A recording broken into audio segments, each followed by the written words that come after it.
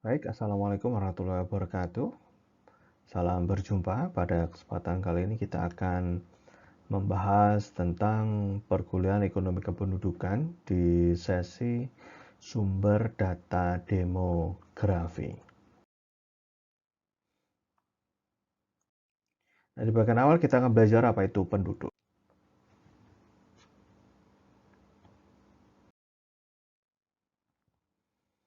Oke, penduduk itu kalau kita melihat berdasarkan variabel-variabel perubahnya, yaitu fertilitas, mortalitas, dan migrasi, itu dapat merubah karakteristik penduduk. Apakah dari sisi jumlah penduduk laki-laki, jumlah penduduk perempuan, atau jumlah penduduk muda, dan sebagainya. Sehingga di dalam perubahan-perubahan tersebut, bila mana tidak didata lagi, maka kita tidak akan bisa melaksanakan sebuah perencanaan pembangunan yang berlandaskan pada kondisi data kependudukan yang update. Nah, pentingnya data-data kependudukan, update data-data pendudukan itu karena proses pembangunan itu harus berdasarkan pada kondisi real yang ada. Ya, agar apa? Agar proses pembangunannya dan hasil pembangunannya pun juga tepat sasaran. Sehingga jelas kebutuhan dan kondisi realnya yang ada di masyarakat itu seperti apa. Di sisi yang lain, kebutuhan untuk mengkolek data, untuk menghimpun data itu juga membutuhkan dana yang cukup besar. Apalagi kalau di level sensus yang dilaksanakan secara keseluruhan di dalam sebuah negara, itu membutuhkan biaya yang tidak sedikit. Itulah kenapa proses pengumpulan data melalui sensus itu dilakukan biasanya 10 tahun sekali. Ya. Selain mahal, biayanya juga panjang karena harus serentak. Kalau di Indonesia mulai Sabang sampai Merauke, ya, seluruh provinsi harus didata secara bersama-sama. Nah, sumber data statistik paling tidak kita bisa bagi menjadi dua, ya. Kita sebagai akademisi kita bisa mendapatkan sumber data primer dan sumber data sekunder. Untuk data primer ini biasanya data yang dikumpulkan sendiri oleh peneliti, ya, oleh lembaga yang membutuhkan, ya, terjun langsung ke masyarakat, melakukan proses survei di situ, penjajahan data, penjajahan bertemu dengan responden, maka data itu disebut sebagai data primer. Ya, dia biasanya mahal dan menyita waktu karena ada aktivitas terjun ke lapang. Tetapi jenis data seperti ini adalah data yang sesuai dengan kebutuhan risetnya. Ya, biasanya untuk data-data yang sifatnya mikro sekali, ya, itu menggunakan pendekatan data primer.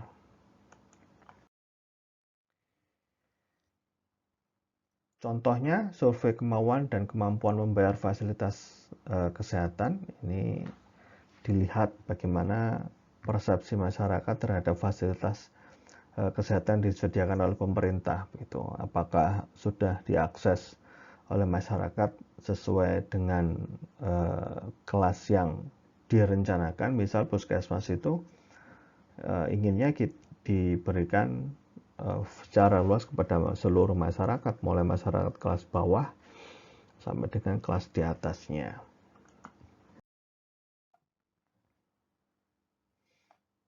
Sementara itu, data sekunder itu adalah data yang dikumpulkan melalui pihak yang lain. Misalkan kita para pengguna data itu mendownload dari BPS, website BPS, atau kita datang ke kantor BPS, maka data itu adalah data sekunder karena data itu adalah data yang dikumpulkan oleh pihak lain, bukan oleh si peneliti atau pengguna data. Contohnya data pengangguran itu biasanya kita sudah bisa dapatkan, ya, melalui survei tenaga kerja nasional Sakernas. Kemudian tingkat inflasi kita bisa dapatkan juga dari BPS atau dari Bank Indonesia. Kemudian jumlah penduduk Bangkalan itu biasanya kita bisa langsung dapatkan ya di banyak publikasi dari Bangkalan dalam angka dan seterusnya. Ya, intinya bahwa data sekunder itu adalah data yang tidak didapatkan oleh pengguna data secara langsung, tetapi dia mendapatkan dari penyedia data yang lain.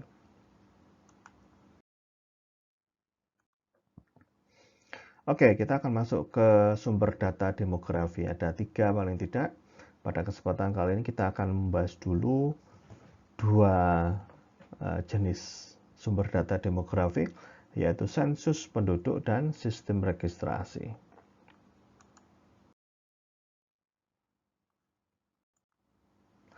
Untuk sensus penduduk. Ya, sensus penduduk itu berdasarkan catatan sejarah, itu sejak tahun 3800 sebelum Masehi sudah dilaksanakan di kerajaan Babilonia. Ya, pada saat pemerintahan Hammurabi waktu itu.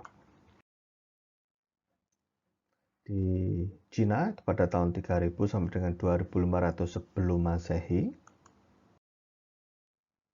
Kemudian di Mesir tahun 2500 sebelum Masehi. Kemudian sensus penduduk modern itu ada di Quebec dan Swedia.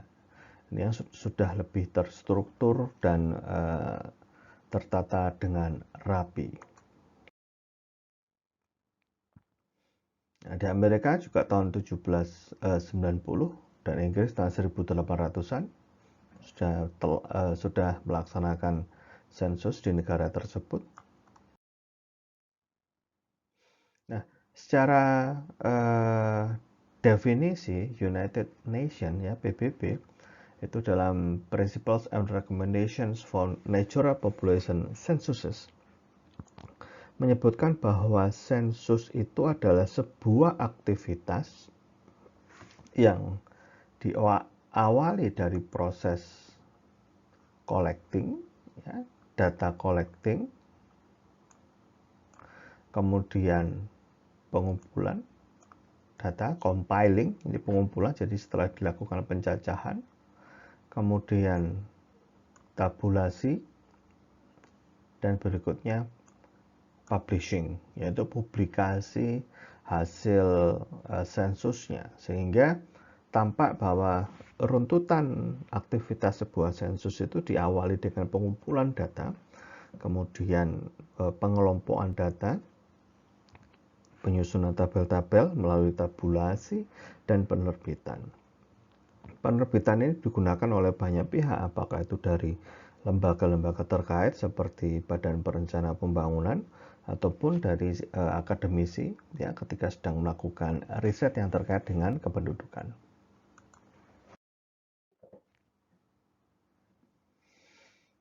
Ya, ada 2 cakupan di sini, yaitu secara de facto dan de jure.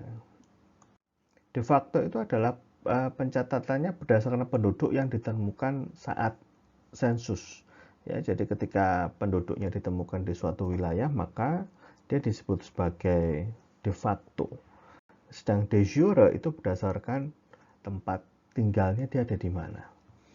Ya, misalkan secara KTP dia tinggal di mana, maka dia sebut pendekatannya adalah pendekatan de jure. Biasanya dilaksanakan dalam jangka waktu 10 tahun sekali karena biayanya sangat besar.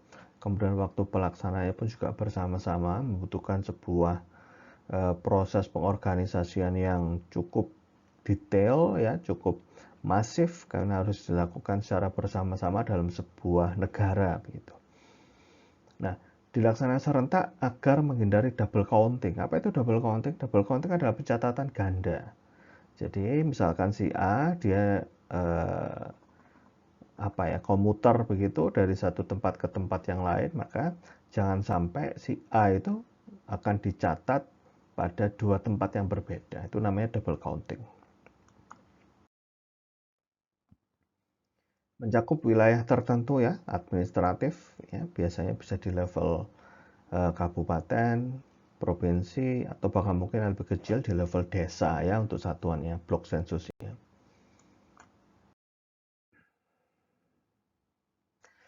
Ciri sensus penduduk. Yang pertama adalah bersifat individu. Jadi satuan surveinya itu, satuan sampelnya itu adalah individu. Jadi yang ditanya adalah orang per orang. Sehingga riwayat bagaimana seseorang itu kondisi ekonominya, kondisi sosialnya dan sebagainya itu dicatat sebagai sebuah satu individu terpisah dibandingkan dengan anggota keluarga yang lain.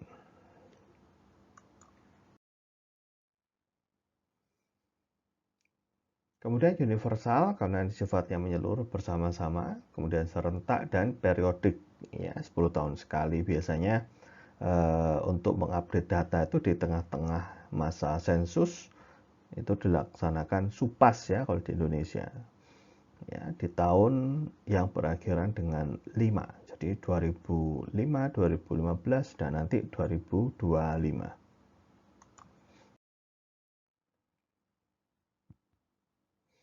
Apa saja yang dikolek dari sensus?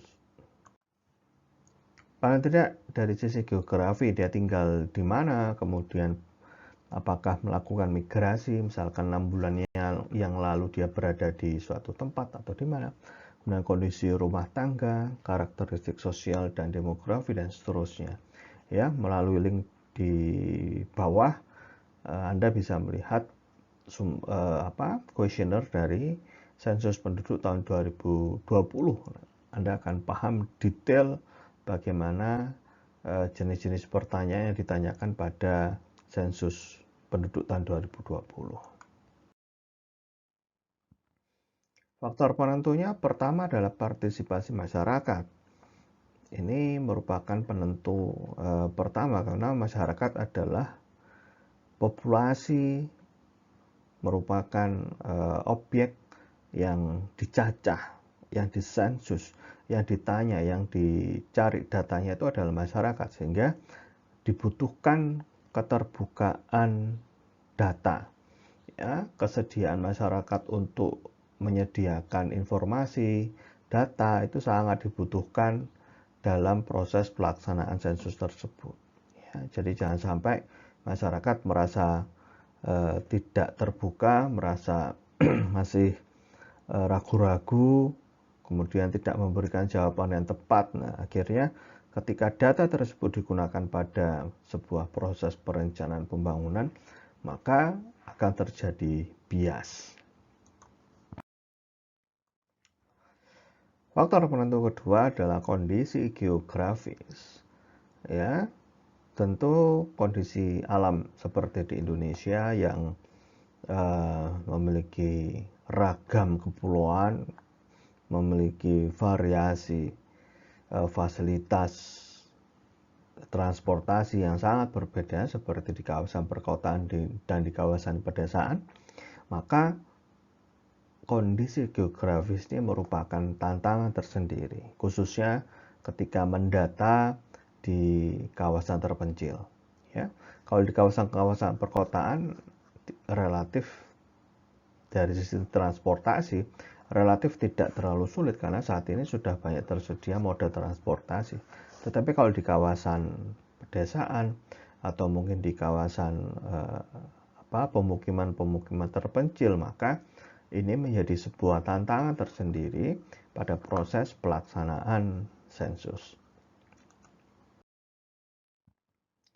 Berikutnya adalah kualitas petugas. Ya, ini juga merupakan salah satu faktor penentu karena petugas ini yang melakukan proses penggalian data. Ya, proses memprobing responden untuk menggali datanya itu dilakukan oleh petugas, sehingga di situ dibutuhkan sebuah keahlian, pengalaman untuk menggali data dari responden. Nah, itu bisa dilakukan dengan melalui fase persiapan dan perencanaan. Berikutnya adalah pelatihan, sehingga ketika terjun ke lapangan, para surveyor tersebut sudah memiliki keahlian untuk mendapatkan data dari masyarakat.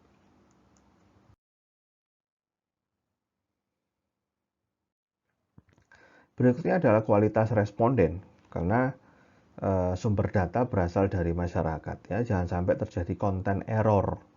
Ya, konten error adalah jawaban yang tidak tepat ya, khususnya pada masyarakat yang mungkin belum terbiasa menjadi responden ya, atau mungkin masih kurang bisa menangkap pertanyaan dari surveyor, maka dimungkinkan yang terjadi konten error. Kalau konten error itu jawabannya tidak tepat, atau mungkin menjawab lupa, atau mungkin menjawab tidak tahu, dan seterusnya. Nah, itu adalah salah satu tantangan tersendiri pula bagi surveyor ya, supaya informasi yang ditanyakan itu bisa mendapatkan respon jawaban yang sesuai dengan yang dibutuhkan.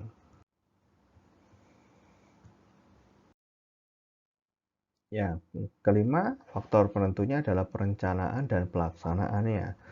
Karena demikian masifnya pelaksanaan sebuah sensus yang membutuhkan banyak sekali sumber daya, maka diperlukan perencanaan yang matang, mulai dari tingkat nasional, provinsi, kabupaten kota, hingga di level desa pelaksana pencacahan datanya.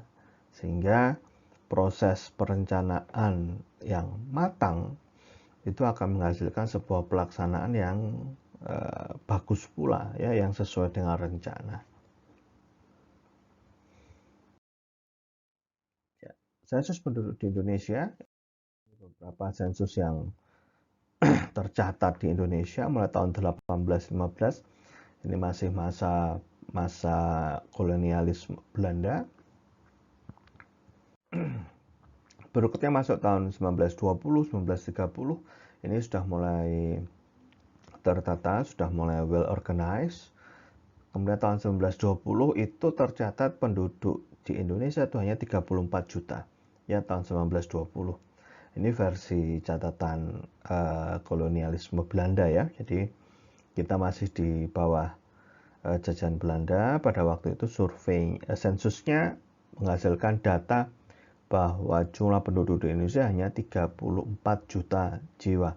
Bandingkan dengan hari ini ya sekitar ya 102 tahun kemudian, sekarang tahun 2022, tepat 102 tahun berikutnya, sekarang jumlah penduduk di Indonesia sudah 270 juta jiwa. Ya, meningkat sangat banyak sekali. Berikutnya sensus penduduk tahun 1930 itu dilakukan di Jawa secara de facto ya, tadi di tempat lokasinya, sedangkan di luar Jawa itu dilakukan secara de jure ya. Dilaksanakan tanggal 7 Oktober 1930, kemudian 10 tahun waktu itu jumlah penduduknya sudah meningkat menjadi 60 juta jiwa. Kalau tadi sebelumnya adalah 32 juta, sekarang sudah meningkat menjadi 60 juta jiwa. Sensus penduduk tahun 1940 itu gagal ya, tidak terlaksana karena Perang Dunia Kedua. Sensus penduduk tahun 1961 ini dilakukan dengan dua cara, yaitu dengan cara pencacahan rumah tangga tanggal 31 Maret dan pencacahan lengkap tanggal 31 Oktober. Sehingga sejak saat itu ya, 31 Oktober ditetapkan sebagai hari sensus nasional. Sensus penduduk tahun 80 ini dilaksanakan dengan dua tahap ya, sensus lengkap dan sensus sampel. Berikutnya mulai tahun itu ada yang disebut sebagai PODES, potensi desa, yaitu fokus pendataan di level desa, karena kita tahu bahwa banyak sekali potensi yang harus dikembangkan di level desa. Berikutnya sensus penduduk tahun 1990 ini dilaksanakan tanggal 31 hingga 31 Oktober. Nah, ini adalah hasil dari sensus penduduk tahun 2010, piramida penduduk di Indonesia. Secara jelas sekali bahwa penduduk kita masih banyak di usia muda. Ya, baik itu yang laki-laki di sebelah kiri maupun di perempuan. Tetapi kita bisa melihat di bawah ini, ya, ini sudah mulai berkurang. Ya, nah ini menunjukkan bahwa proses pengendalian penduduk melalui program keluarga berencana itu sudah mulai menunjukkan hasil bahwa proses angka kelahiran dia sudah mulai berkurang dibandingkan dengan 5 tahun sebelumnya.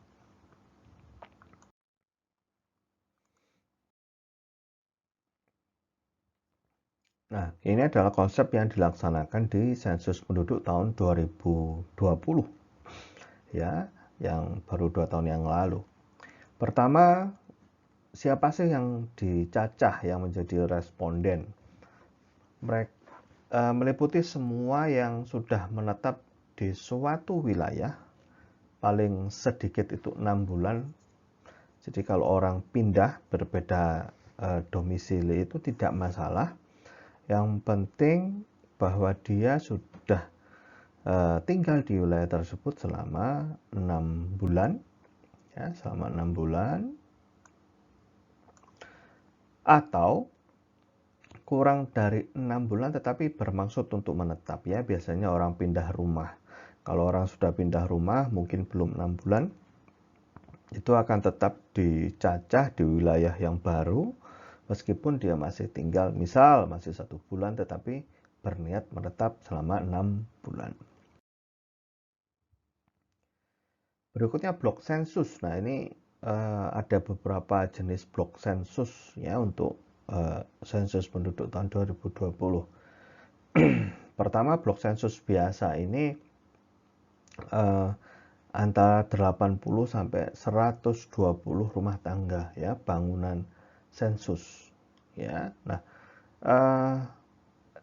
penghitungan ini biasanya kalau kalau dalam satuan yang lebih mudah biasanya dalam satuan RT, ya, karena RT itu kan biasanya jumlah penduduknya juga kisaran 80 sampai dengan 120, ya, sehingga pemisahan blok sensus itu menjadi mudah, ya, pembagian wilayah, kemudian pembagian kode, kemudian pembagian surveyor itu menjadi lebih mudah dalam blok-blok tersebut.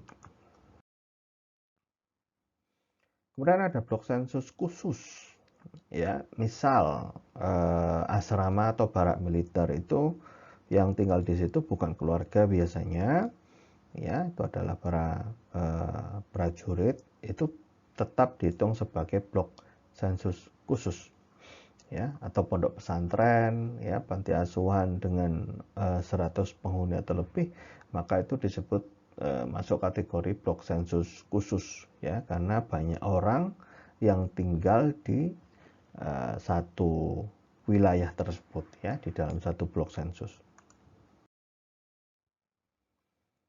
Kemudian ada juga yang disebut sebagai blok sensus persiapan. Ini biasanya masih kosong, ya. Jadi ada sebuah wilayah yang sudah dibuka calon tempat tinggal, ya. Misalkan ada developer yang sudah mulai persiapan masa pembangunan tetapi penghuninya belum ada, ya. Nah, itu disebut sebagai blok sensus persiapan. Berikutnya klasifikasi desa dan kota, ini BPS membaginya, ya, berdasarkan kepadatan penduduk, kemudian persentase penduduk yang bekerja pada sektor pertanian, ya. Tentu kalau dominan penduduknya bekerja pada sektor pertanian, maka klasifikasinya bisa masuk sebagai wilayah desa. Ya, apa bedanya desa dan kota? Kalau kota biasanya pimpinan, ya, pimpinan wilayahnya di level kelurahan, ya, itu adalah Pak atau Bu Lurah, sedangkan kalau di desa biasanya disebut sebagai kepala desa, ya. Berikutnya definisi bangunan. Untuk definisi bangunan yang pertama itu adalah bangunan sensus tempat tinggal. Kalau ini jelas ya, sesuai dengan namanya, maka ini adalah area bangunan yang digunakan sebagai tempat tinggal. Ya, tempat tinggal penduduk. Biasanya ya rumah. Kalau di dalam satu blok sensus itu banyak sekali rumah, maka kita bisa menghitung itu sebagai bangunan sensus tempat tinggal atau BSTT. Nah, untuk BSTT yang kosong itu seperti yang saya contohkan tadi, misalkan ada sebuah wilayah developer yang sudah membangun rumahnya tetapi belum serah terima sehingga belum ada penghuninya. Ya.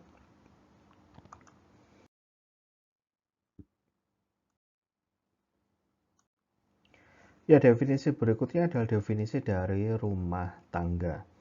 Ya, BPS membagi jadi rumah tangga biasa ini adalah sekelompok orang yang mendiami sebagian atau seluruh bangunan fisik, ya rumah begitu, yang biasanya tinggal bersama setelah pengelolaan makannya di dalam satu dapur. Jadi ada beberapa case begitu dalam satu rumah itu ada beberapa kakak.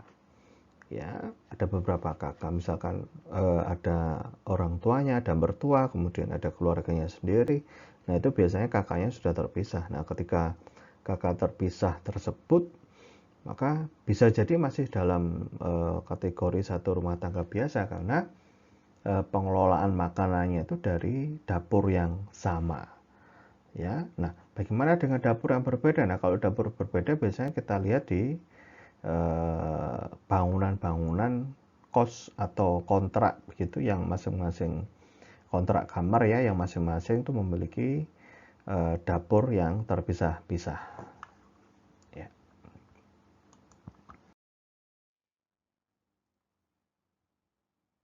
Ya, berikutnya adalah rumah tangga khusus. Ya, ini sudah disediakan oleh sebuah lembaga atau yayasan atau badan ya, misalkan asrama atau asrama TNI, asrama Polri begitu atau di mes sebuah perusahaan itu biasanya sudah ada yang mengelolanya ya. Nah, orang-orang yang tinggal di tempat di situ disebut sebagai rumah tangga khusus ya. Bahkan orang yang indekos berjumlah 10 orang atau lebih itu pun disebut sebagai rumah tangga khusus ya. Nah, siapa saja yang menjadi anggota rumah tangga? Pertama adalah orang yang berada di dalam rumah tangga tersebut yang merupakan keluarga inti. Ayah, ibu, anak, kepala rumah tangga, pokoknya tinggal di dalam rumah tersebut maka disebut sebagai anggota rumah tangga. Bagaimana kalau ada tamu atau saudara? Kalau dia sudah tinggal 6 bulan atau lebih, maka dia disebut sebagai anggota rumah tangga. Ya, jadi kalau sudah 6 bulan atau lebih, ya meskipun tidak ada gambaran bahwa oh saya akan menetap seterusnya di situ, tapi selama ketika pada saat pelaksanaan pencacahan dia sudah tinggal selama 6 bulan yang lalu, maka dia disebut sebagai anggota rumah tangga. Termasuk juga kalau ada tamu atau saudara yang sudah tinggal belum 6 bulan,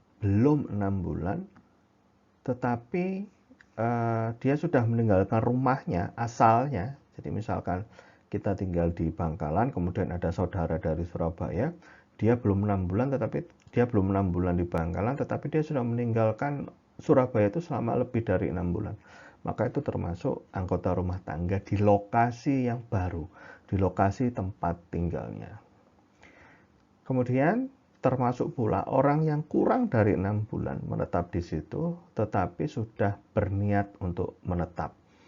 Ya, jadi dia masih 1 bulan, tetapi dia sudah bilang bahwa saya akan di sini selama setahun ke depan. Maka dia termasuk sebagai anggota rumah tangga.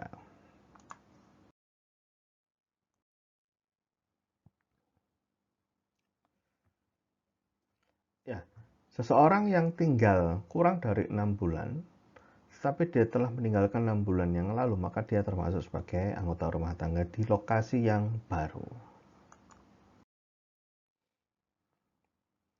pembantu rumah tangga, tukang kebun, sopir, karyawan yang menetap di rumah tersebut, maka tetap tercatat sebagai anggota rumah tangga. Ya, hal yang sama juga dianggap sebagai anggota rumah tangga pada orang yang indekos, ya, kurang dari 10 orang.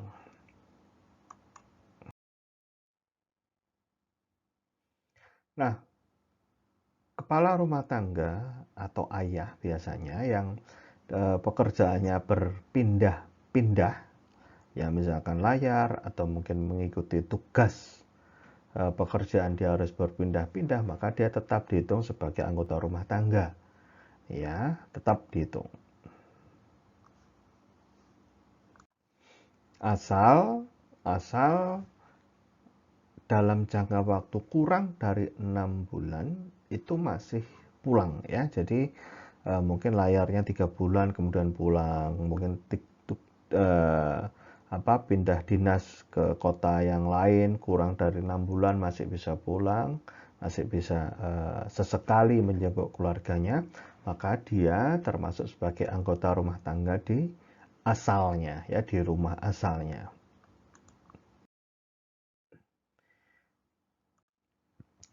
Berikutnya adalah registrasi vital. Ini adalah salah satu aktivitas pencatatan data kependudukan. Di Indonesia sendiri sudah cukup lama, ya, terutama di negara yang lain itu tercatat tahun 1532 di London itu sudah dilaksanakan pencatatannya Bills of Mortality, ya, pencatatan kondisi kependudukan mulai kelahiran, kematian, usia di atas 16 tahun, usia di bawah 16 tahun, penyakit yang pernah diderita oleh penduduk di wilayah tersebut, ya, di Inggris mulai tahun 1532.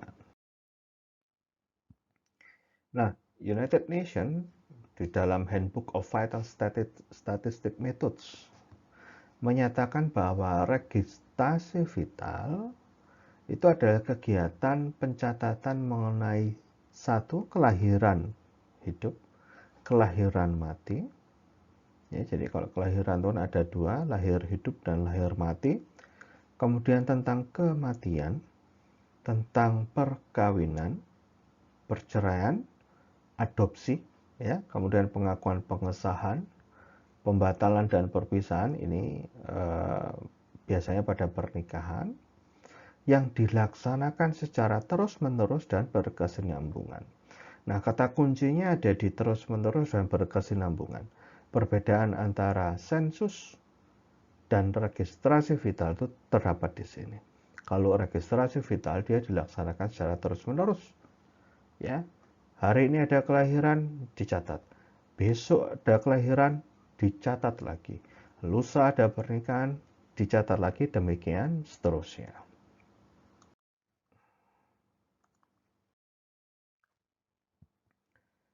Nah, penggunaan istilah registrasi vital ini karena fokus sejak lahir, ya, tentunya hidup, ya, kalau lahir kemudian hidup, kemudian menjadi anggota sebuah komunitas, ya. Sebuah komunitas ini misalkan dia tinggal di suatu tempat, kemudian dia menjadi bagian dari sebuah rukun tetangga yang merupakan bagian dari sebuah rukun warga, kelurahan atau desa dan seterusnya hingga orang tersebut meninggal dunia, ya. Jadi registrasi vital ini pencatatnya terus-menerus mulai lahir hingga meninggal dunia, ya, serta status-status ketika semasa hidup, misalkan pernikahan, punya anak, dan seterusnya.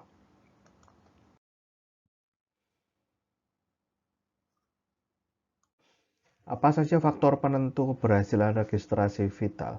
Yang pertama adalah ada aturan yang memaksa untuk melapor.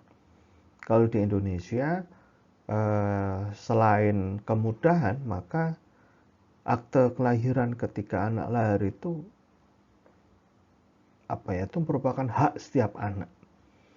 Ya, karena kelak ketika akan masuk sekolah dan seterusnya, maka akte kelahiran itu digunakan sebagai salah satu syarat untuk masuk ke pendidikan dasar. Ya. Kemudian ada sanksi, ya, misal lupa mendaftar KTP karena sudah berusia 17 tahun atau lupa memperpanjang KTP yang telah mati, maka itu ada sanksinya. Kemudian dilaksanakan oleh badan pemerintah, ya, agar jelas, agar organisernya itu jelas. Ya, seperti kita mengurus akte kelahiran itu di kelurahan, kemudian mengurus perkawinan, perceraian dan sebagainya, itu akte-aktenya juga melalui badan pemerintah, ya, bisa di kelurahan dan sebagainya. Ada petugas yang melaksanakan, ya ini jelas sekali. Bahkan sekarang seperti di Surabaya itu sudah ada yang disebut sebagai Kelampit, ya, salah satu contoh aplikasi ketika kita akan melaksanakan aktivitas registrasi vital itu tidak harus datang ke kelurahan, ya, tetap berurusan berinteraksi dengan petugas di kelurahan, tetapi secara fisik kita tidak perlu hadir di kelurahan. Ya, aktivitasnya bisa dilaksanakan melalui secara online, ya, misalkan kita ingin melakukan legalisir akte kelahiran atau legalisir yang lain, gitu bisa dengan mudah dilaksanakan melalui aplikasi-aplikasi tersebut. Apa saja yang dilaporkan? Nama, tempat tinggal, dan seterusnya tentu, ya. Kalau kelahiran dan kematian itu akan dicatat tanggal kejadian, tanggal pelaporan, tempat kejadian, meninggalnya di mana. Kalau rumah sakit berarti nanti membutuhkan surat keterangan meninggal dulu sebelum akte kelahiran, akte kematiannya diterbitkan, maka harus ada surat keterangan dari rumah sakit terlebih dahulu. Berikutnya faktor penentu yang ketujuh adalah ada proses tabulasi dan penyajian data. Ya, sekali lagi, proses tabulasi itu proses penghitungan, proses rekapitulasi, dan kemudian penyajian datanya. Di Indonesia itu sudah dimulai tahun 1785, Raffles, ya, itu dilakukan di level desa.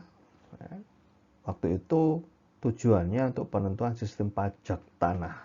Jadi si Raffles ini ingin mengetahui berapa saja potensinya, kemudian itu menjadi dasar penentuan pajak tanah. Kemudian Gubernur Jenderal Hindia Belanda Jan Jacob Ursen ini juga melaksanakan registrasi vital, ya, ini tapi hanya untuk penduduk Eropa, ya, waktu itu.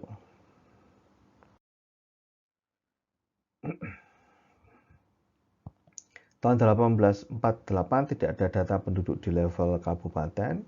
Kemudian tahun 1845 itu mulai ada pencatatan tentang geografis, ya, luas tanah dan sebagainya. Kemudian kepadatan penduduk di Jawa waktu itu 112 jiwa per kilometer. Tahun 1919 ini Gubernur Jenderal Hindia Belanda Johan Paul van Limburg ini juga melakukan registrasi vital, tetapi lebih luas, ya, untuk penduduk Cina.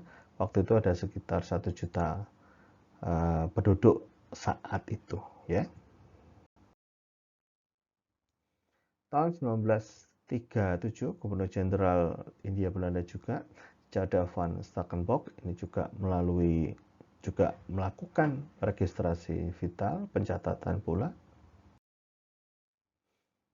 Zaman pendudukan Jepang 1942-1945 ini juga dilakukan registrasi vital, ya, kelahiran, kematian, kemudian kematian janin dan seterusnya, ya, dilakukan oleh Hitoshi Imamura. Masa kemerdekaan ini ada sistem kartu mingguan, ya, kemudian dirubah menjadi laporan tingkat kecamatan. Jadi pendataannya bukan menggunakan kartu lagi, tetapi para kepala desa itu wajib menyerahkan perubahan data ke kecamatan waktu itu.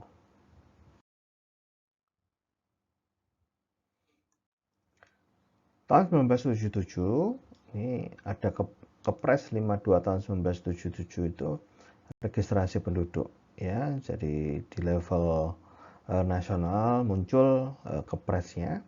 Kemudian kewenangannya itu dialihkan kepada Depdagri, ya, kalau sekarang namanya kementerian, kalau dulu namanya departemen. Nah,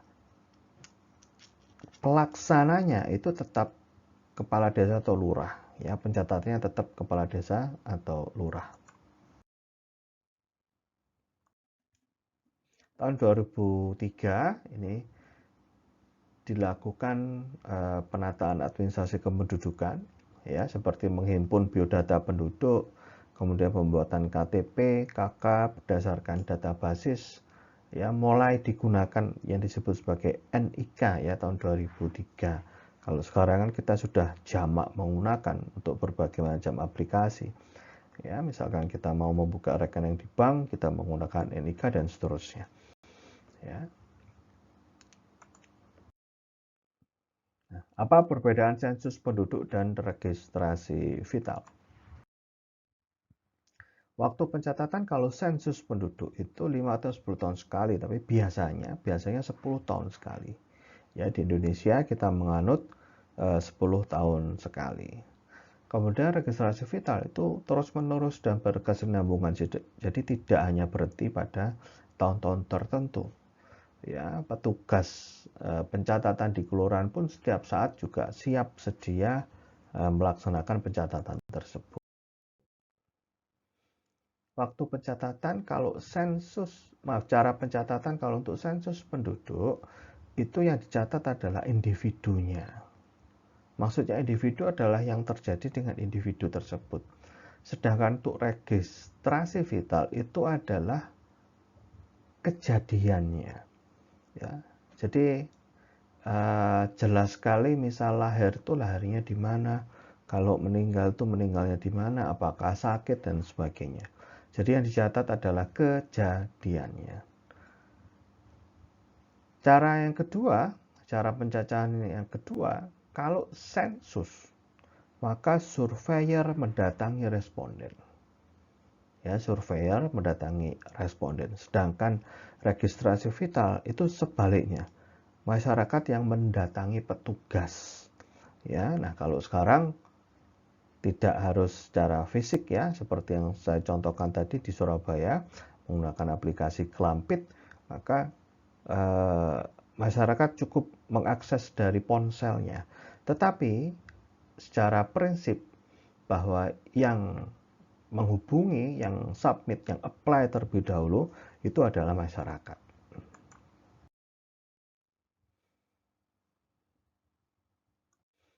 Nah, berikutnya perbedaan informasi catatan itu kalau untuk sensus penduduk itu sifatnya adalah data dasar.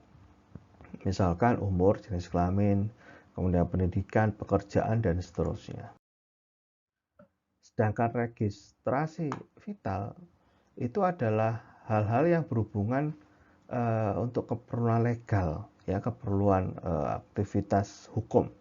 Misalkan nama, umur, kemudian nama istri, jenis kelamin, tempat tinggal, kemudian kejadian-kejadian yang pernah dialami dan sebagainya. Nah, sensus penduduk dari sisi keunggulan, cakupannya luas, ya, cakupannya luas. Kemudian karena dia dilaksanakan secara bersama-sama, maka kesalahan sampling itu dia bisa minimize. Ya, karena dilaksanakan secara serentak, surveyor juga banyak. Kemudian kombinasi de jure dan de facto, dan dipublikasikan secara luas. Ya, datanya Anda bisa dengan mudah mendownload di BPS hasil dari sensus penduduk yang terbaru, ya, tahun 2020.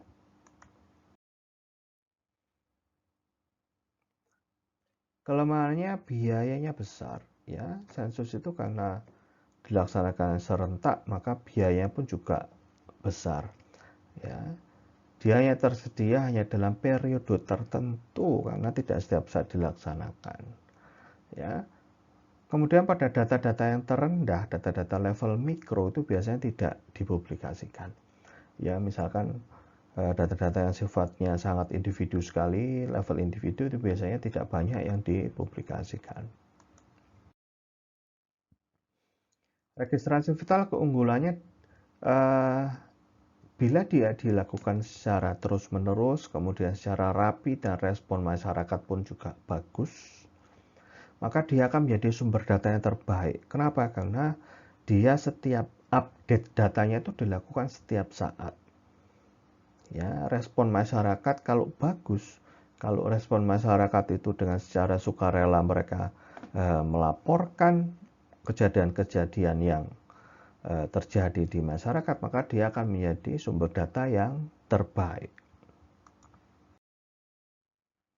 Kelemahannya, dia dilakukan umumnya hanya secara de jure, ya, de jure, sehingga tidak memungkinkan terjadinya kekurangan pencacahan, ya, karena pihak penyelenggara pendataan registrasi vital yaitu pemerintah daerah itu mereka banyak apa ya, mereka akan berhasil kalau data yang masuk itu banyak, tetapi kalau sebaliknya partisipasi masyarakat rendah, maka datanya tidak akan bagus yang masuk. Kemudian sifatnya legal karena hanya terkait dengan aktivitas hukum, ya, datanya sehingga tidak banyak, spesifik sekali. Nah, bila tidak konsisten maka data akan tidak bagus, ya, betul. Nah, baik, demikian adalah penjelasan dari topik kita sumber data demografi. Ini adalah buku-buku yang menjadi referensi bagi chapter kita kali ini. Terima kasih, sampai berjumpa kembali pada sesi berikutnya. Assalamualaikum warahmatullahi wabarakatuh.